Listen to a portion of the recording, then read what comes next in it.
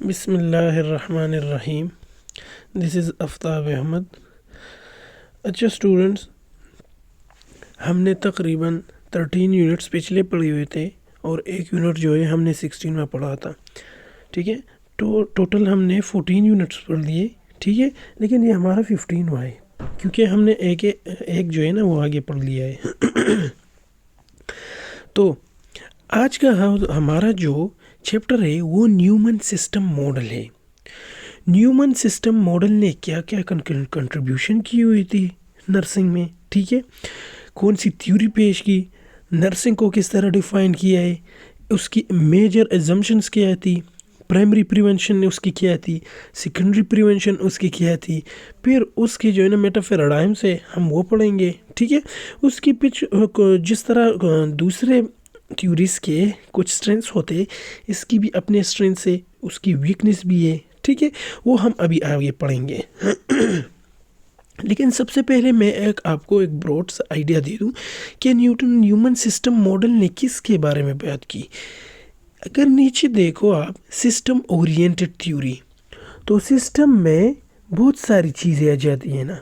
जिस तरह के मैं अभी ह्यूमन लाइन ऑफ डिफेंस की बात कर लेता हूँ। ठीक है, ह्यूमन लाइन ऑफ डिफेंस एक सिस्टम है, इसके अंदर फर्दर स्टेप्स है, जैसे first line of defence, second line of defence and third line of defence. ठीक है, तो इन तीनों स्टेप्स को उठाए हुआ है, उसको हम एक सिस्टम कह सकते हैं। ठीक है, उसी सिस्टम से आइडिया लिया हुआ है न्यूमन्स ने और अपनी थ्योरी पेश की। ठीक है, उसने वो फर्स्ट लाइन, सेकंड लाइन और थर्ड लाइन डिफेंस का नाम नहीं दिया है, इसने अपने नाम दिए हैं। ठीक है, एक को फ्लेक्सिबल नाम दिया हुआ है, flexible defence line of defence. ठीक है, इसमें 2 और है, 2 और है। ठीक है, तो इसने अपने ही 3 लाइन्स ऑफ डिफेंस पेश किए है, उसी से उठाया हुआ है। 3 लाइन ऑफ ह्यूमन डिफेंस जो है उसी से उठाया हुआ है। ठीक है, तो उसकी कुछ ऑब्जेक्टिव्स ही, at the end of presentation students will able to discuss Neuman system model क्या है, उसकी मेजर अजम्पशन और स्कोर कंसेप्ट क्या है, इसकी मेटाफेराडाइम्स क्या है, उसकी इम्पोर्टेंस और मॉडल ऑफ नर्सिंग प्रैक्टिस। ठीक है, तो सबसे पहले हम इसकी आते हैं थोड़ी सी बायोग्राफी की तरफ।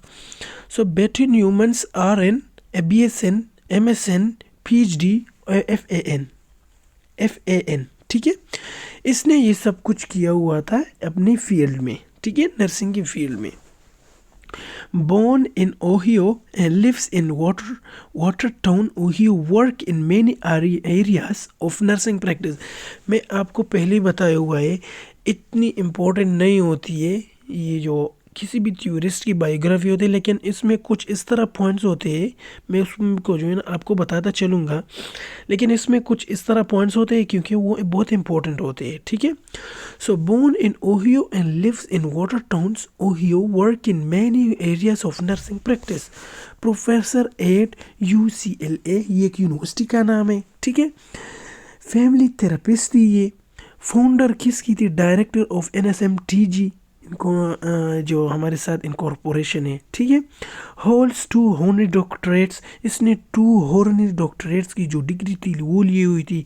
एक हॉनरी डॉक्टरेट्स की ली हुई थी 1992 में, हॉनरी डॉक्टरेट्स ऑफ लेटर की ली हुई थी। ठीक है, न्यूमन्स कॉलेज 1988 में हॉनरी डॉक्टरेट ऑफ साइंस ने जो है ना ग्रैंट वैली स्टेट यूनिवर्सिटी से लिया हुआ है। ठीक है, तो इसने 2 लिए हुए हैं, हॉनरी डॉक्टरेट्स ऑफ लेटर लिए हुआ है एक। ठीक है, अगर आपको MCQs आए कि एक ऐसी कौन सी थ्योरिस्ट थी जिसने 2 हॉनरी डॉक्टरेट्स लिए हुआ था, एक हॉनरी डॉक्टरेट्स ऑफ लेटर लिए हुआ था और एक हॉनरी डॉक्टरेट्स ऑफ साइंस लिए हुआ था, तो वो बेटी न्यूमन्स थी। ठीक है, अच्छा, fellow American academy of nursing 90, और उसने अमेरिकन एकेडमी ऑफ नर्सिंग नहीं है उधर भी जो है ना उधर काम किया हुआ है, उधर भी टीचिंग की हुई है। ठीक है,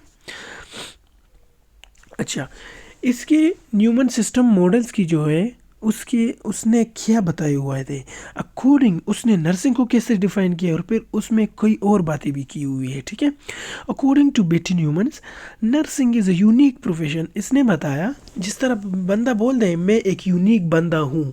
ठीक है, तो इसने क्या बोला कि नर्सिंग एक यूनिक प्रोफेशन है, इसी तरह प्रोफेशन किधर नहीं है। किस दुनिया में भी नहीं है, ठीक है। So nursing is a unique profession that is concern with all of the variables. अच्छा, इसने इधर वेरिएबल्स की बात की हुई थी, तो वेरिएबल उसकी कल्चर भी हो सकती है, साइकोलॉजिकल भी हो सकती है, इमोशनल भी होती है, जितने जो जिस डायमेंशन भी से जो है ना उसको देखा जाए तो वो उसके जो है ना उसे उसके साथ कंसर्न है, ठीक है, उसके साथ रिलेटेड है। So nursing is a unique profession that is concern with all of the variables affecting an individual response to stress. जिस तरह एक बंदे पर बीमारी आती है या बैक्टीरिया अटैक करती है और वो अपना first line of defence, second line of defence और थर्ड लाइन ऑफ डिफेंस जो है ना उसको रिस्पॉन्स में करता है, इस तरह उसने बताए हुए कि उस कुछ इस तरह वेरिएबल से जो इफेक्ट होते हैं इंडिविजुअल रिस्पॉन्स से टू स्ट्रेस, कि वो स्ट्रेस में नहीं चला जाए, ठीक है। It is based on the person relationship to stress.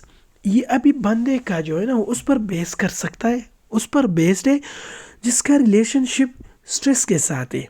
Response उसका reconstitution factors that are progressive in nature. Progressive हम किसको कहते हैं, जो है ना थोड़ी थोड़ी सी लेकर एक बड़ा सा जो है ना कारनामा सर अंजाम दे जाता है।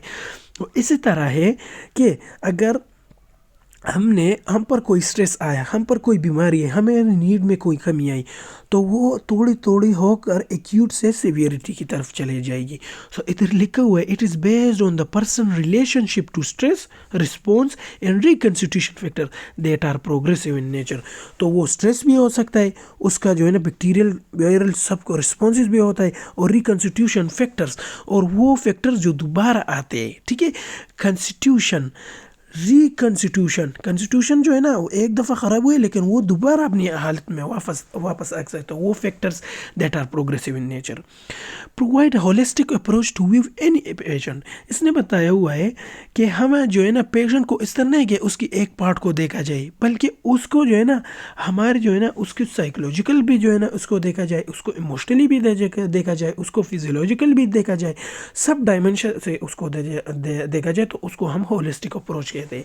सो provide holistic approach to view any patient, not only treating illness but also the entire person. उसकी इलनेस जो है ना उस सिर्फ उसी को ट्रीट नहीं करो, बल्कि उसकी रिस्पेक्ट भी करो, उसकी फैमिली की रिस्पेक्ट भी करो, उसकी जो है ना प्राइवेसी का ख्याल रखो, सब डायमेंशन से उसका जो है ना ख्याल रखना है। तो ये सिर्फ तो आपको बताया हुआ है not only treating illness but also the entire person, ठीक है। अच्छा, इसके मेजर अजम्पशंस क्या थी? Each client is a unique, a composite of factor and characteristic within a given range of responses. Responses के मुताबिक उसकी ranges, जो responses की range होती है ना, उसके मुताबिक उसके factors और characteristic पर उसने बताया हुआ है कि एक person unique है, एक क्लाइंट यूनिक है। अब क्लाइंट और पेशेंट में क्या फ़र्क है? क्लाइंट वो बताए ना, क्लाइंट आया हुआ है, क्लाइंट का मतलब है वो सिर्फ आर्जी तौर पर आया, वो दोबारा जाएगा, ठीक है। लेकिन एक पेशेंट वो बीमारी के साथ आया हुआ है, ठीक है, और वो जो है ना ट्रीटमेंट चाहिए होती है। So each client system is a unique, a composite of factors and characteristic with in a given range of responses. Many non unknown and universal stressor exist. कुछ इस तरह स्ट्रेस है जो हमें मालूम होगी, ठीक है, जो है ना बता रहे मुझे जो है ना मुझ पर बहुत ज़्यादा कर्ज है, मैंने किसी से उधार ली हुई है, पैसे लिए उधार ली हुई है, लेकिन ये तो आपको नोन हुआ। अब अननोन मुझे मालूम नहीं लेकिन मैं टेंशन में हूँ, ठीक है। और कुछ इस तरह यूनिवर्सल स्ट्रेसर्स भी हो सकते हैं, ठीक है। ये हर कबीले का, हर कल्चर का अपना हो सकता है यूनिवर्सल स्ट्रेसर, ठीक है। ईच डिफर्स इन पोटेंशियल्स, और उसकी शिद्दत जो एनर्जी में होती है वो डिफर होती है। For disturbing a client usual stability low level of normal line of defence, जिसकी वो स्टेबिलिटी लेवल या नॉर्मल लाइन ऑफ डिफेंस है वो उसको इफेक्ट कर सकती है, ठीक है। The particular interrelationships of client variables at any point in a time can affect the degree अब आपको क्या बता रहा हुआ है? द पार्टिकुलर इंटर रिलेशनशिप, वो खास चीज़ जो इसके साथ रिलेशनशिप में है।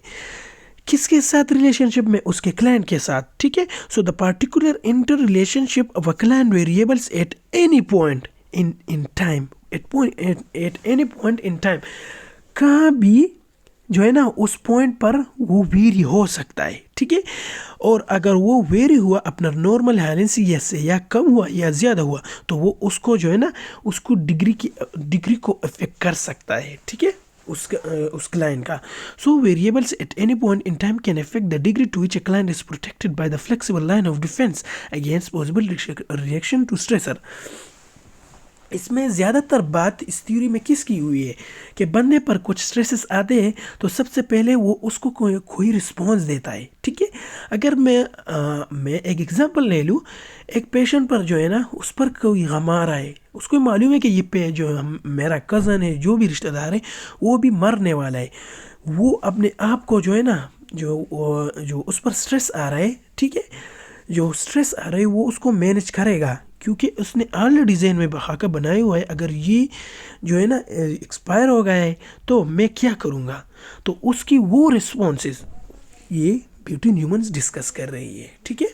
So the particular inter relationship of client variables at any point in each time can affect the degree to which a client is protected by the flexible line of defense against possible reaction to stressor। तो ये flexible line of defence, normal line of defence ही आगे अभी आएगी, ठीक है। Diagram के through से हम जो है ना अच्छी तरह इसको एक्सप्लेन करेंगे। अच्छा, each client system has evolved a normal range of response to the environment refers to as a normal line of defense। जिस तरह एक बंदा है ना, वो किसी स्ट्रेस जो है ना उस पर रिस्पॉन्स, कोई बीमारी आ रही हो या कोई स्ट्रेस आ रहा हो या उसकी नीड में कोई कमी आ रही हो तो वो नेचुरली एक normal line of defence show करता है, ठीक है। So each client system has evolved a normal range of responses to environment reverse to a normal line of defence. The normal line of defence can be use as a standard from which to measure the health deviation.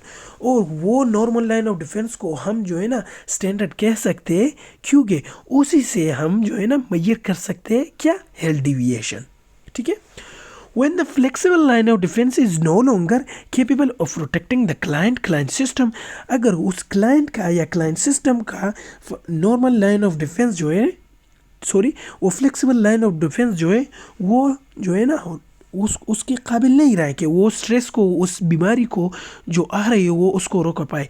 Against the environment strength the stressor breaks through the normal line of defence.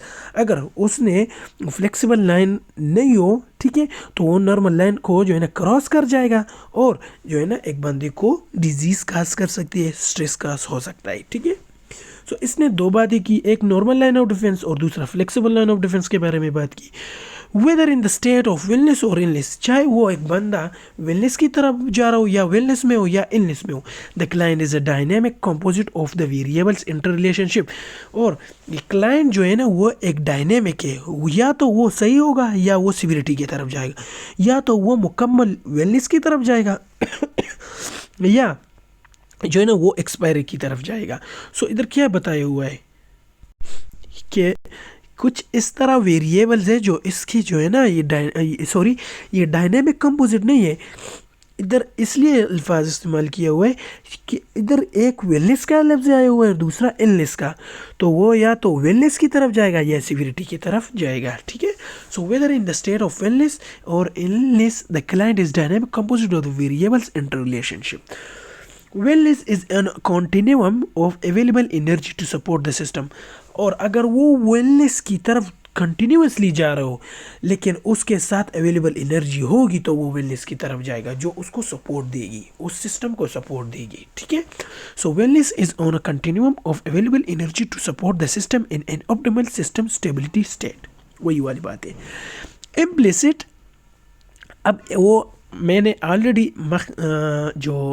इससे पहले है ना मैंने बताया हुआ है पिछले लेक्चरों में इम्प्लिसिट और एक्सप्लिसिट, ठीक है। तो इम्प्लिसिट इसकी जो इस थ्योरी से इससे क्या जो है ना निकलता है, दूसरा implicit within the each client system is internal resistance factor known as line of resistance. इस क्लाइंट सिस्टम के अंदर एक इस तरह इंटरनल रेजिस्टेंस है जिसको हम लाइन ऑफ रेजिस्टेंस कहते हैं, which functions to stabilize and relying the client to the usual wellness state, जिसको जो है ना वो रेजिस्टेंट कर रहा है और उसी रेजिस्टेंट की वजह से वो एक बंदा जो है ना वो वेलनेस स्टेट की तरफ जा रहा है, ठीक है। अच्छा, so primary prevention relates to general knowledge applied in client assessment and intervention in identifying and reducing और mitigating possible or actual risk factor associated with the environmental stresses to prevent a possible reaction. अच्छा, इसने एक primary prevention की बात की है और दूसरा secondary prevention. So primary prevention क्या है? Primary prevention relates to the general knowledge. जितनी भी एक क्लाइंट के साथ क्लाइंट असेसमेंट या क्लाइंट के साथ जितनी भी जनरल नॉलेज हो वो हमारे साथ प्राइमरी प्रिवेंशन है. So primary prevention relates to the general knowledge applied in a client assessment and intervention. और फिर जो हम नर्सिंग केयर प्लान उस पर अप्लाई करेंगे, उसकी असेसमेंट और उसकी इंटरवेंशन किस चीज़ में? इन आइडेंटिफाइंग एंड रिड्यूसिंग और मिटिगेटिंग पॉसिबल एक्चुअल रिस्क. उसके साथ जनरल नॉलेज होगी. उसकी जनरल नॉलेज हम असेसमेंट और उसकी इंटरवेंशन का जो है ना उससे निकालेंगे. और उस इंटरवेंशन में हम या तो वो आइडेंटिफाई करेंगे या तो रिड्यूस करेंगे या उसे चेंज करेंगे. किधर? Possible actual factor, risk factors की तरफ. ठीक है, associated with the environmental stress to prevent the possible reaction को उस सबसे पहले उस पर पॉसिबल रिएक्शन होने वाला हो और हम उसको स्टॉप करें तो वो क्या है? प्राइमरी प्रिवेंशन हो गई है. ठीक है. Secondary prevention relates to the symptomology. अब उस पर अभी नहीं आई हुए थे तो हमने प्राइमरी प्रिवेंशन क्या है? उस चीज़ को रोकना. तो इधर बीमारी नहीं आई है लेकिन हम उसको जो है ना उसकी प्लानिंग कर रहे हैं. ठीक है. अब इधर क्या आ गई? इधर सिम्टम्स आ गए. ठीक है. Secondary prevention relate to symptomology following reaction to stressor. अब वो रिएक्शन जो स्ट्रेसर को शो कर रहा है सिम्टमोलॉजी उसके साथ रिलेटेड है. An appropriate ranking for intervention priorities and treatment to reduce their noxious effect. अब उसकी हम जो प्रायोरिटी वाइज इंटरवेंशन करेंगे उसको रैंकिंग देंगे. ठीक है. उसकी हम ट्रीटमेंट करेंगे और उसकी जो नॉक्सियस इफेक्ट है उसको हम रिड्यूस करेंगे. ठीक है. अब हमारे साथ टर्शरी प्रिवेंशन क्या है? ये वही ऑफेंस से निकला हुआ है. ठीक है. Primary prevention, secondary prevention, tertiary prevention. ठीक है. So tertiary prevention relates to the adjustive process as reconstitution. Tertiary prevention में सिम्टमोलॉजी भी आ गई, उस पर जो है ना वो एडजस्ट हो गए. तो अभी वो एडजस्टिव प्रोसेस की तरफ जा रहा है और उसको रिकॉन्स्टिट्यूशन जो है ना करना होगा. So tertiary prevention relates to the adjustive process as reconstitution begins and maintenance factors moves the client back in a circular mode. ये इस तरह है ना, ये इधर सिविरिटी की तरफ गया हुआ है. इधर हमने सबसे पहले प्राइमरी प्रिवेंशन की, इधर सिम्टम्स जाहिर हुए तो इधर हम सेकेंडरी प्रिवेंशन कर रहे हैं. अब जब सेकेंडरी प्रिवेंशन हम कर रहेंगे तो अगर उस पर जो है ना उस पर इफेक्ट हुआ जो भी हो उसको जो है ना हुआ तो वो अभी क्या आएगी? वो सर्कुलर मोशन में वो दोबारा अपनी जो है ना स्टेबल स्टेट में आएगी. So begins with and the maintenance factors to client back in a circular man towards the primary prevention. ठीक है. The client system is a dynamic consistent energy exchange with the environment. और इसने एक बात की हुई कि क्लाइंट जो है ना ये एक सिस्टम है और वो डायनेमिक है और वो एनवायरनमेंट के साथ जो है ना एक्सचेंजली कंटिन्यूसली एक्सचेंज कर रहा है एनर्जी को. ठीक है. तो ये इसकी हुई मेजर अजम्पशंस. अच्छा स्टूडेंट्स, इसकी कोर कंसेप्ट जो है ना हम दूसरे लेक्चर में स्टार्ट करेंगे. आज के लिए इतना ही काफ़ी है. अल्लाह हाफिज़.